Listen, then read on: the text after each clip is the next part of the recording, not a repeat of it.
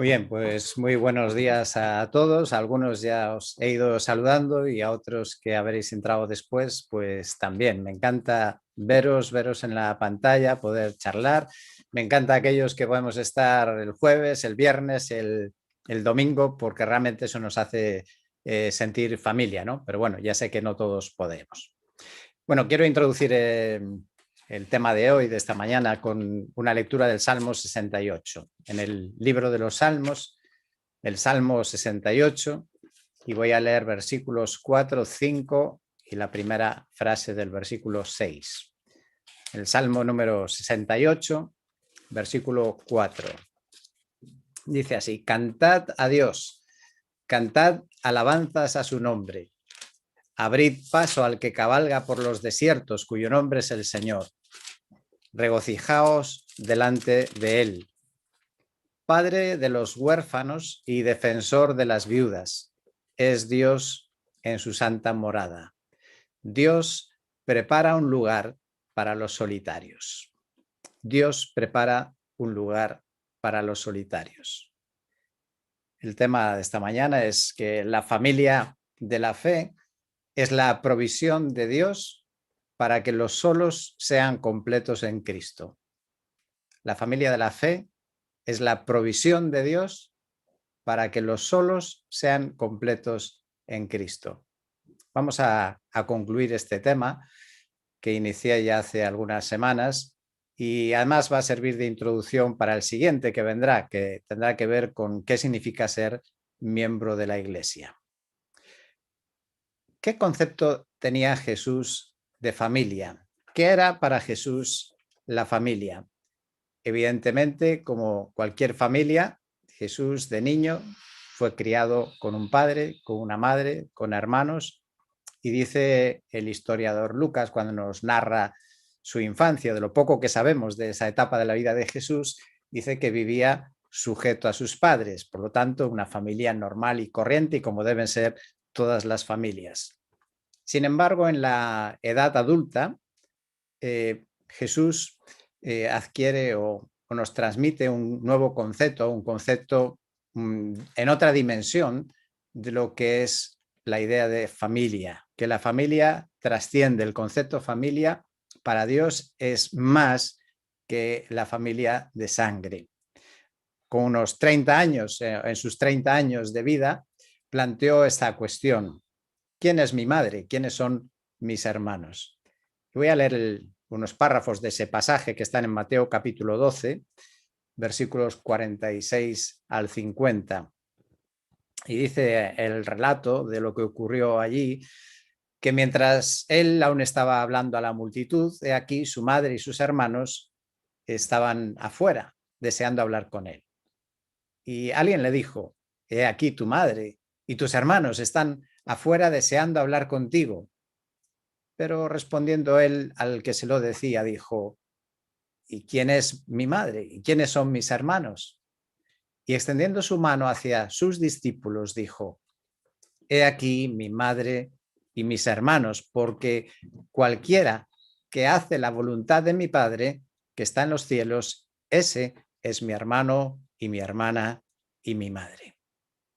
Es evidente que Jesús no está negando a la familia carnal. Jesús no está renegando de ella, no está renunciando a su familia carnal, pues aún al final de su vida terrenal, cuando le vemos muriendo en la cruz, allí está preocupado por su madre y está encargándole a aquel discípulo amado, a Juan, que cuide de ella.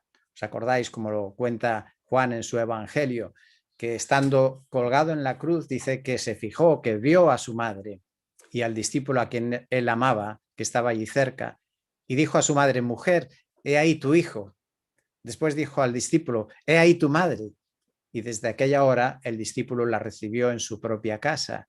Y otra vez este concepto nuevo de familia, esta otra visión de la familia, donde la madre carnal de Jesús viene a ser madre de Juan, el discípulo amado. Juan viene a ser hijo de María, en este sentido amplio del concepto de familia. Así que Jesús está trasladando que la idea de familia va más allá de la familia carnal y va hacia la familia de la fe. Incluso diría que hasta dándole más importancia a la familia de la fe que a la familia carnal. Bueno, porque al final nuestra familia de carne es temporal, mientras que la familia de la fe es una familia eterna bajo nuestro Padre que también es eterno. Hubo otra ocasión donde este tema también sale en la vida de Jesús. Y dice que hubo un momento en que Pedro, y seguramente haciendo un poco de portavoz de los demás discípulos, le dijo a Jesús que él y sus compañeros habían pagado un alto precio por seguir a Jesús. Habían dejado todo. Y estas son las palabras como las relata Marcos en el capítulo 10 y versículo 29-30. Dice, Jesús dijo, es la respuesta de Jesús a este comentario, esta queja o esta cuestión que le plantea Pedro, ¿no? Por el alto precio que han tenido que pagar por seguir a Jesús. Y dice, Jesús dijo, en verdad os digo, no hay nadie que haya dejado casa o hermanos o hermanas o madre o padre o hijos o tierras por causa de mí y por causa del Evangelio, que no reciba 100 veces más ahora en este tiempo, casas y hermanos y hermanas y madres e hijos. Por supuesto, Jesús no está invitando a dejar a la familia, a abandonar a la familia, pero está planteando de que si por alguna razón, por ser fiel a Cristo, por obedecer a Cristo, por las circunstancias, te llegaras a ver sin familia, el Señor promete suplirlo con creces con la familia de la fe. En mi experiencia, seguro que es la vuestra también, suelo encontrar que las personas más solas son las que especialmente valoran a la familia de la fe. Son las que echan más de menos a los hermanos y las reuniones con los hermanos. La familia de la fe. Sin duda Jesús en esta etapa adulta de su vida, un joven adulto soltero, también buscó la familia de la fe y de hecho se rodeó de los 12 discípulos, pero no solo de ellos, sino también de un grupo de mujeres que le acompañaban en su ministerio. Esto es como Jesús nos hace ver que tengamos una visión de familia más allá de la familia carnal, la importancia de la familia de la fe. La Iglesia es planteada también como familia en la enseñanza que tenemos en el Nuevo Testamento. La Iglesia es una familia, la Iglesia debe ser una familia. De hecho, una de las varias definiciones que tenemos en las cartas apostólicas acerca de qué es la Iglesia es precisamente esta, la de familia. Leo en Efesios capítulo 2, versículo 19. Efesios 2, 19 dice, así pues, ya no sois extranjeros ni advenedizos, sino que sois conciudadanos de los santos y sois de la familia de Dios. Sois de la familia de Dios. Mira, cuando nos hemos convertido, cuando nos convertimos, diría que dejamos de ser individuos sueltos para convertirnos en miembros de una familia. Dejamos de ser individuos sueltos para formar parte de una familia.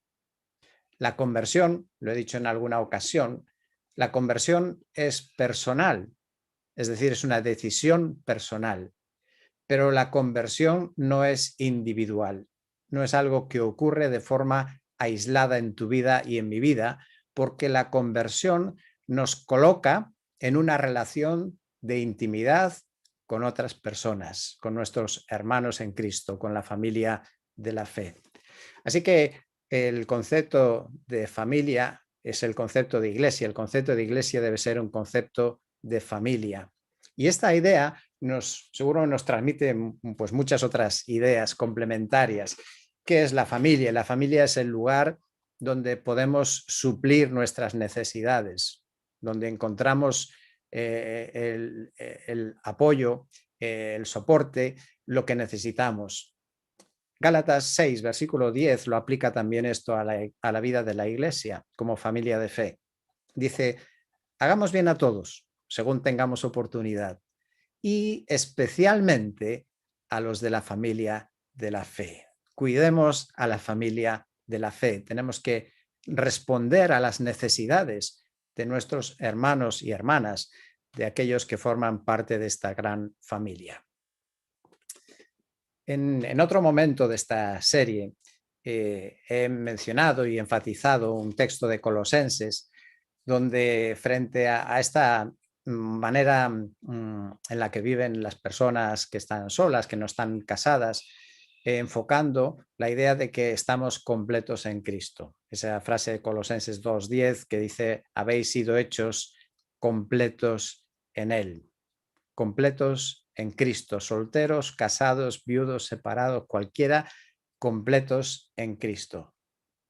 Pero claro, como dijo una persona sola, sí, Cristo basta, Cristo es suficiente, estamos completos en Él, pero Cristo no va a ir de pareja conmigo a la fiesta de empresa. O cuando estoy enferma en cama, Cristo no va a ir por mí a la farmacia a buscarme las medicinas. Y por eso necesitamos a otras personas también en nuestra vida. Así que hemos de entender que completos en Cristo tiene que ver también con la Iglesia, con la familia de la fe, con el cuerpo de Cristo, porque como miembros somos inseparables, no se puede separar la cabeza del cuerpo. Y como miembros, pues somos completos en Cristo, unidos a su cuerpo. Por eso creo que la Iglesia es parte, por lo menos, de la provisión de Dios para estar completos en Él, completos en Cristo. La Iglesia es parte de esa provisión de Dios para completar nuestra vida, para que seamos completos. En el cuerpo de Cristo, como miembros de ese cuerpo, pues los miembros son complementarios, somos complementarios. Y de nuevo, en el ejemplo de otra persona no casada, en esta etapa de su vida, que siguió el ejemplo de Jesús, encontramos al apóstol Pablo, que también se rodeó de hombres y de mujeres comprometidos con la obra de Dios. Lo vemos en Filipenses 4 y especialmente en ese capítulo de largas menciones, en Romanos capítulo 16, de hombres y mujeres con los que Pablo se rodeó y seguro que hacían que él fuera una persona completa en Cristo. Me gustaría señalar también algunos ejemplos de cómo Pablo usa esta figura de relación entre los miembros de la Iglesia como familia. Por ejemplo, escribe a Timoteo enseñándole este trato de cómo debe ser el trato entre unos y otros en la Iglesia. Y dice que tiene que tratar a los ancianos, que debe tratar a los ancianos como a padre, a los más jóvenes como a hermanos, a las ancianas como a madres, a las más jóvenes como a hermanas. Y eso está en 1 Timoteo capítulo 5, en los primeros versículos. Y a continuación, ese capítulo pues trata del cuidado de las viudas, de aquellas que han quedado solas y sobre todo las que no tienen familia carnal que pueda cuidar de ellas. En otra de sus cartas, cuando escribe a otra iglesia, a los tesalonicenses, en 1 Tesalonicenses capítulo 2, versículo 11, esa carta que la encabezan Pablo, Silas y Timoteo, pues dice que ellos se habían dedicado a exhortar y a alentar a los hermanos de esa iglesia y dice, como un padre lo haría con sus propios hijos. Como un padre lo haría con sus propios hijos. Y de nuevo en Filipenses capítulo 2 encontramos que Pablo le dice a Timoteo que colaboraba con él como un hijo sirve a su padre. Es decir, que los más jóvenes en la iglesia debieran ver a los mayores como padres y madres y a los de su edad como hermanos, como sus propios hermanos. Los creyentes que están solos también son nuestros hermanos y nuestras hermanas, o nuestros hijos o nuestras hijas si eres una persona mayor, o nuestros tíos o nuestras tías si eres una persona joven. Recuerdo de niño y aún adolescente llamar a una mujer soltera de cierta edad, le llamamos tía. Bueno, le llamamos Auntie Lidia en inglés, porque era la señorita Lidia Condé de Seijo, la hija de unos misioneros que también estuvieron muchos años en Seijo. y no teníamos ningún parentesco con ella, pero había una relación realmente familiar y la llamábamos como si fuera tía. Pablo nos sugiere que esta es la relación como debemos vivirla también en la vida de la Iglesia. La Iglesia como familia puede y debe ofrecer lo que esperamos encontrar en una familia. La familia de la fe debe mostrar aceptación. Nadie rechaza, ¿verdad?, a un hijo, a un hermano, a un familiar. Debemos tener comprensión. A veces somos muy comprensivos, ¿verdad?, con nuestros familiares de carne, les disculpamos todo y señalamos las faltas de otros, pero con nuestros propios los disculpamos. También debemos ver a nuestros hermanos en la fe, quizá con esos ojos también de comprensión, de compañerismo, de amistad, de sensibilidad. Por ejemplo, que los solos no se encuentren solos nunca en nuestra iglesia.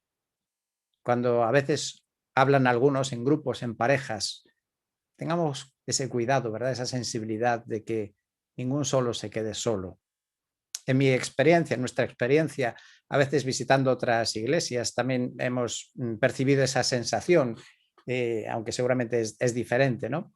Pero en algunos casos, muy, muy pocos, muy raros, ¿no? Pero a veces nos ha ocurrido que en algún momento, pues terminó el culto, está ahí todo el mundo hablando unos con otros en grupitos y tú de repente, pues te encuentras solo, y sobre todo si no has ido con Beatriz, y te encuentras allí con esa sensación de querer desaparecer, porque parece que o eres invisible o estás fuera de lugar, porque nadie está preocupado por ti.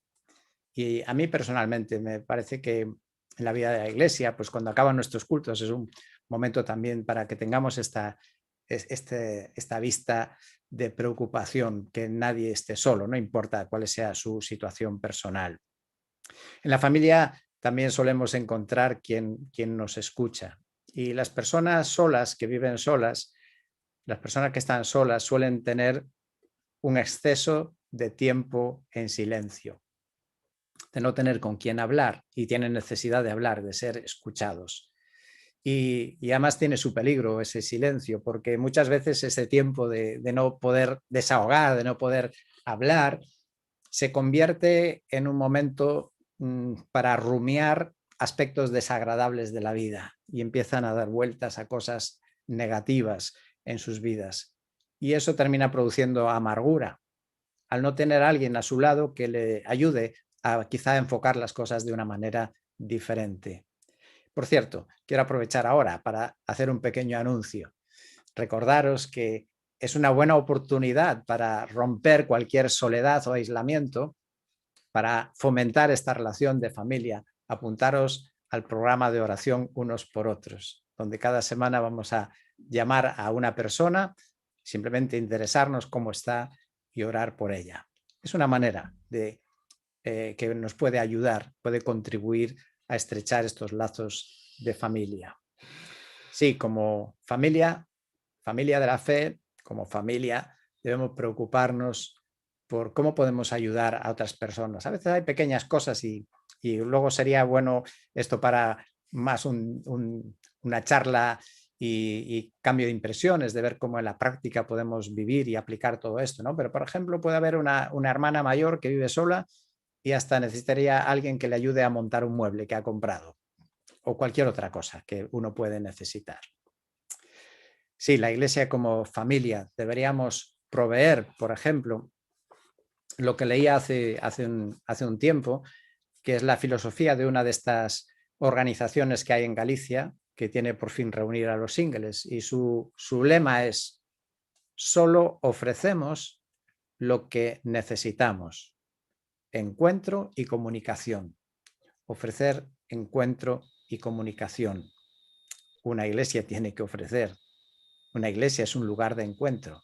La iglesia es un lugar de encuentro. También es un lugar de comunicación. No hay comunión sin comunicación.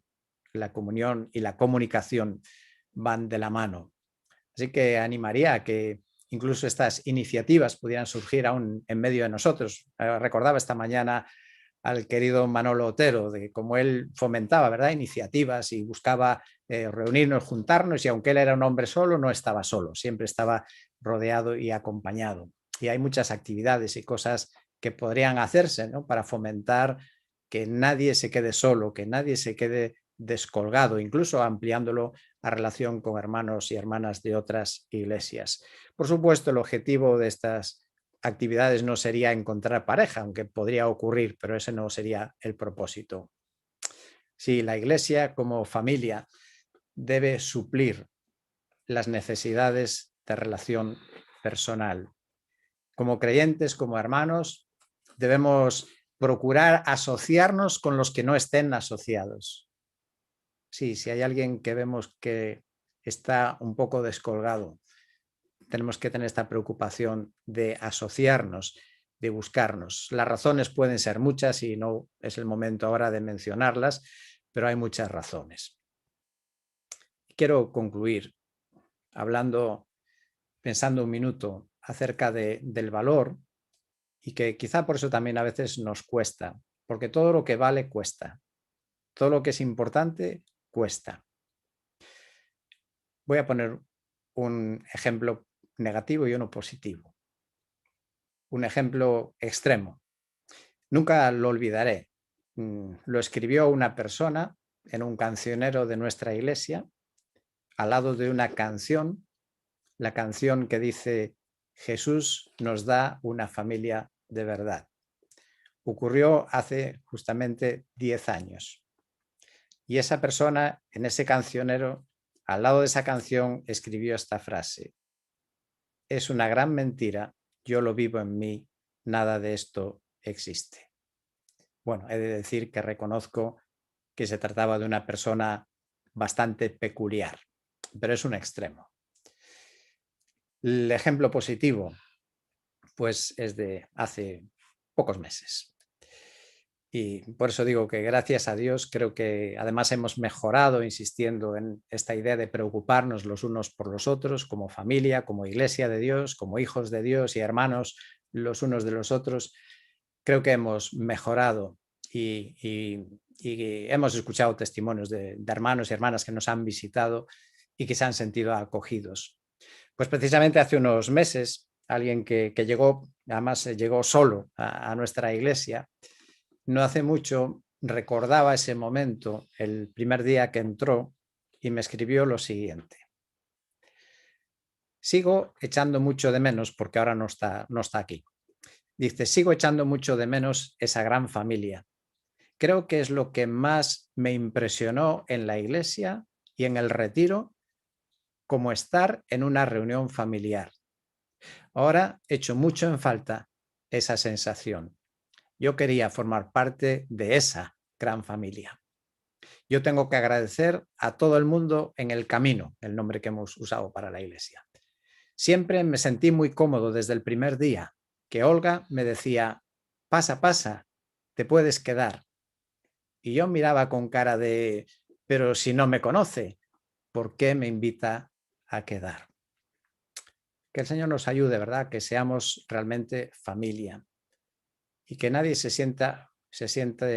pueda sentir fuera de lugar en medio de nosotros, que podamos preocuparnos más los unos por los otros y encontrar que además todos salimos ganando en esta relación.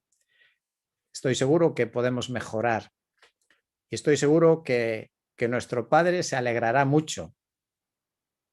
Hace 15 días Paco hablaba, ¿verdad?, de este tema de la familia, de la iglesia como familia, y algunos luego lo mencionasteis a lo largo del culto. La idea, qué bueno es tener una familia en Cristo. Y en esta mañana, en este culto de domingo, pues somos convocados a mirar el gran amor de nuestro Padre, el gran amor de Dios por nosotros, hasta tal punto que quiso hacernos sus hijos. Y no porque éramos guapos, inteligentes y perfectos y personas sin defectos, sino simplemente porque nos amó y quiso ayudarnos y convertirnos en seres que un día sí lo seremos, perfectos. Y esto todo en el entorno de esta gran familia, la familia de la fe. Nos ha hecho miembros de su familia. Por eso quiero concluir y que esto también pueda inspirarnos a la gratitud en esta mañana por el privilegio de ser familia de este Padre. Dice 1 Juan capítulo 3, versículo 1. Mirad cuán gran amor nos ha otorgado el Padre para que seamos llamados hijos de Dios. Y eso somos, no solo llamados, somos hijos de Dios. Pero sin olvidar que un poco más abajo en el versículo 10, hablando del amor hacia los hermanos, dice, en esto se reconocen los hijos de Dios.